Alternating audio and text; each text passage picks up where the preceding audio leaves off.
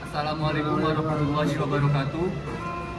Kenalkan, nama saya Diki Firmansyah dari kelas 8 ELM dengan nomor induk mahasiswa 061940342314. Di sini saya akan sedikit menjelaskan tentang pengertian dari PT dan CV.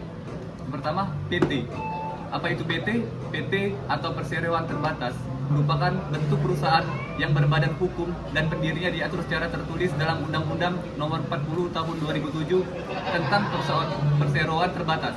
PT membutuhkan setidaknya 2 orang yang terlibat dalam pendirinya dan keduanya merupakan WNI atau warga negara Indonesia. Namun, dalam aturan penanaman modal asing, warga negara asing diperbolehkan sebagai pendiri. Kemudian CV, apa itu CV? CV atau Community-Tired Venture Cap merupakan bentuk usaha yang bukan berbadan hukum karena tidak ada peraturan tertentu yang mengaturnya. CV tidak memperbolehkan warga negara asing sebagai pendirinya dan mengharuskan setidaknya warga negara Indonesia sebagai pendirinya. Kelebihan dari CV itu yang pertama, dalam proses pendiriannya tergolong mudah.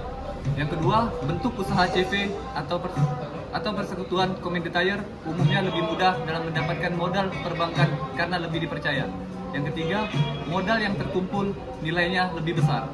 Kekurangan dari CV ada 3. Yang pertama, mudah terjadi konflik antara para sekutu yang terdapat di dalam CV tersebut.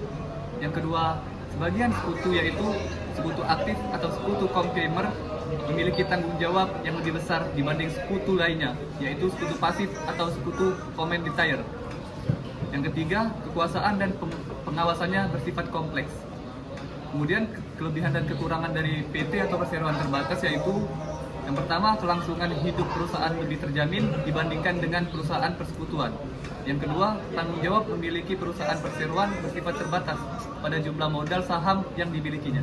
Yang ketiga, struktur organisasinya lebih solid. Yang keempat, adanya pembagian keuntungan berupa dividen bagi para pemegang saham tersebut.